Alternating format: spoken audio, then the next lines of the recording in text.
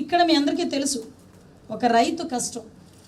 ఒక రైతు సంవత్సరం అంతా కష్టపడితే వచ్చే ఫలసాయానికి గిట్టుబాటు ధర రాకపోతే ఎంత ఇబ్బంది పడతాడో, ఆ పంట తన కళ్ళ ముందు నాశనం అయిపోతుంటేనే కూడా అంతే ఇబ్బంది పడతారు. అట్ ద సేమ్ టైం కంటనీరు పెడతాడు. నువ్వు మామిడి రైతుల్ని పరామర్శిస్తాను అని చెప్పి సేమ్ అదే బల ప్రదర్శనలతో అందరి చేత సీఎం అని అరుపులు అరిపించుకుంటూ రోడ్డు మీదకు వచ్చి ఈరోజు ఆఖరికి ఆ రైతును కూడా బెదిరించి సంవత్సరం పాటు పండించిన ఆ పంటని ట్రాక్టర్లో ఎత్తుకొచ్చి దొంగతనం చేసి రోడ్ల మీద పోసి ఆ ట్రాక్టర్లతో తొక్కిస్తూ ఉంటే, నిజంగా ఇక్కడ మీలో ఎవరైనా ఒక రైతున్నా, నేను మాట్లాడేటప్పుడు చూస్తున్న వాళ్ళు ఎవరైనా రైతున్నా ఆ కష్టం ఏంటో తెలుస్తుంది. నిజంగా ఒక చిన్న పువ్వు పూస్తేనే అది ఒడిలిపోతుంటే చాలా బాధపడతారు. అటువంటిది ఇంత పెద్ద ఎత్తున ఆ మామిడికాయల్ని రోడ్డు మీద పోసి ఆ ట్రాక్టర్తో తొక్కించి మీలాంటి మామిడి రైతులకి న్యాయం జరిగేది, మీలాంటి మామిడి రైతులకు న్యాయం చేసేది. మామిడి రైతులను ఆదుకున్న గవర్నమెంట్ ఎన్డీఏ కూటమి గవర్నమెంట్ అయినప్పటికీ కావాలని వాళ్ళకి ఏదో ఒక ప్లాట్ఫామ్ కావాలి వాళ్ళ బల ప్రదర్శన చేయటానికి అని చెప్పి వీళ్ళ తాలూకా విధ్వంసం ఈ రకంగా చూస్తూ ఉంటే నిజంగా సిగ్గుపడాలండి. నిజంగా సిగ్గుపడాలి. ఈరోజు రైతుల పేరిట బయటికి పరామర్శలు చేయాలంటే ఈరోజు గొడ్డల పార్టీ అధ్యక్షుడు నిజంగా సిగ్గుపడాలి. ఈరోజు ఇటువంటి వ్యక్తుల గురించా అండి. ఈరోజు ఒకసారి నెక్స్ట్ చూపెట్టమ్మా, ఒకసారి వినండి. సుభాషిత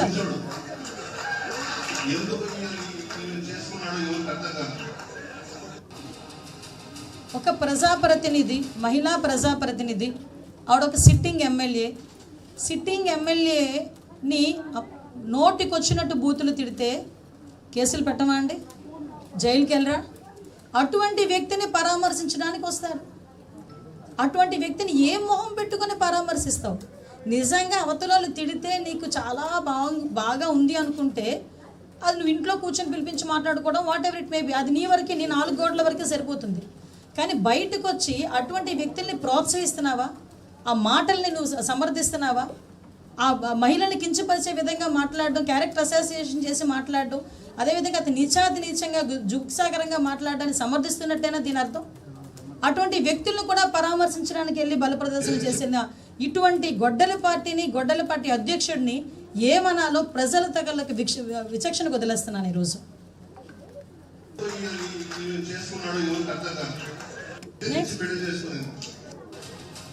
ఇక్కడ మీరు అతగాడు ఏం మాట్లాడాడో కూడా మీకు తెలుసు.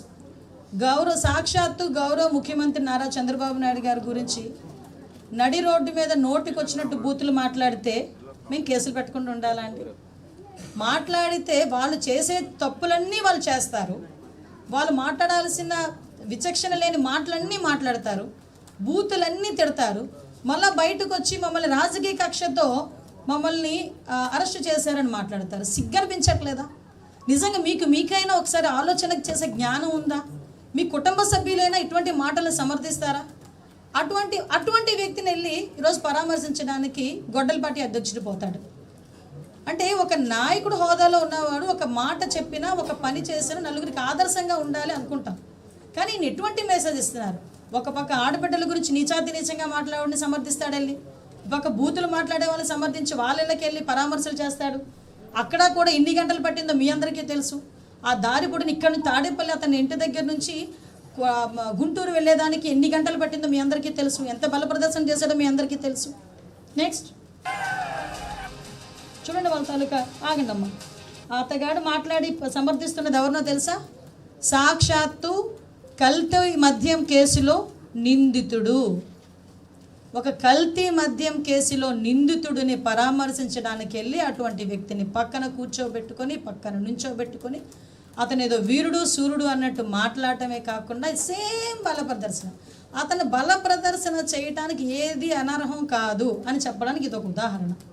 అతను ఏదైనా అంటే ఒక నేరస్తుడిని పరామర్శించడానికి వెళ్ళినప్పుడు అదే బల ప్రదర్శన చేస్తాడు. ఎక్కడికైనా ఎవరైనా చనిపోయినా పరామర్శించడానికి వెళ్ళినప్పుడు కూడా అదే బల ప్రదర్శన చేస్తాడు.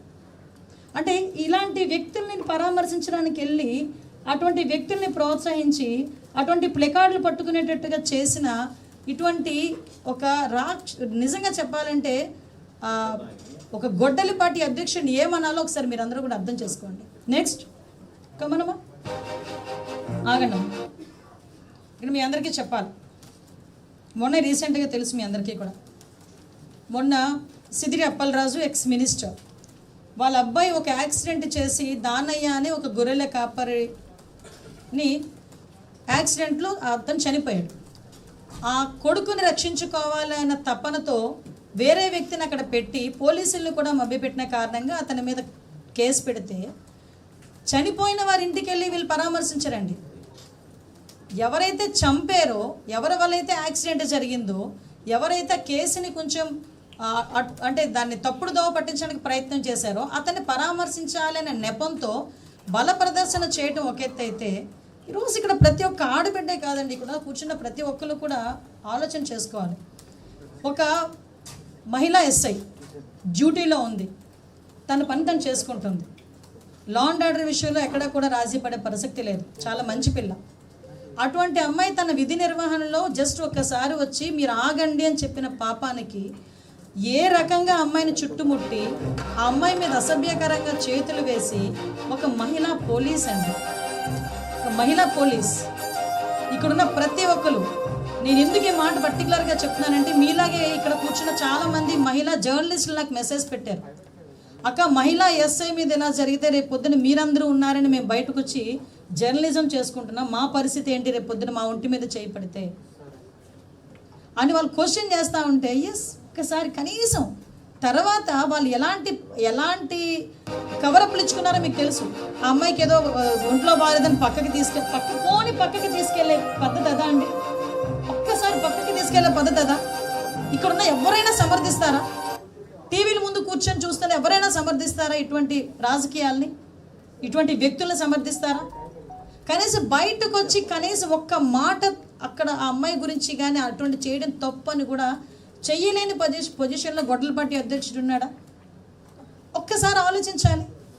అంటే ఇలాంటివి ఎన్నో ఇష్యూస్ మేమందరం కూడా ఈరోజు మేము చూస్తుంటే నిన్నటికి నిన్న మీ అందరికీ తెలుసు, ఒక రోజున జోగి రమేష్ ని పరామర్శించే పేరుతో జగన్మోహన్ రెడ్డి గారు చేస్తున్న ఈ అరాచకం చూస్తుంటే, ఇంతకుముందు మీరు నిన్నటిది మీ అందరికీ తెలుసు, అక్కడ పొగాకు రైతుల్ని పరామర్శించాలి అని చెప్పేసి వెళ్ళారు.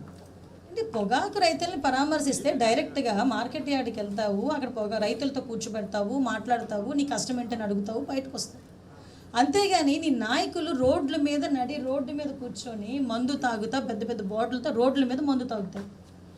అక్కడ మందుల షాపులో ఫుల్గా మందులు తాగడం, బయటికి రావటం, రప్పారప్పం అని అరవటం, సీఎం అని అరవటం, బయటకు వచ్చి రోజు కూలి అంటే రోజు ఆ ఇడ్లీ పాత్ర లేకపోతే ఆ టిఫిన్ కూడా నడుపుతేనే కానీ పూట గడవని ఒక లేడీకి సంబంధించిన షాపుని ఏ రకంగా ధ్వంసం చేశారో ఆవిడే బయటకు వచ్చి మాట్లాడే పరిస్థితి కనిపిస్తూ ఉంది.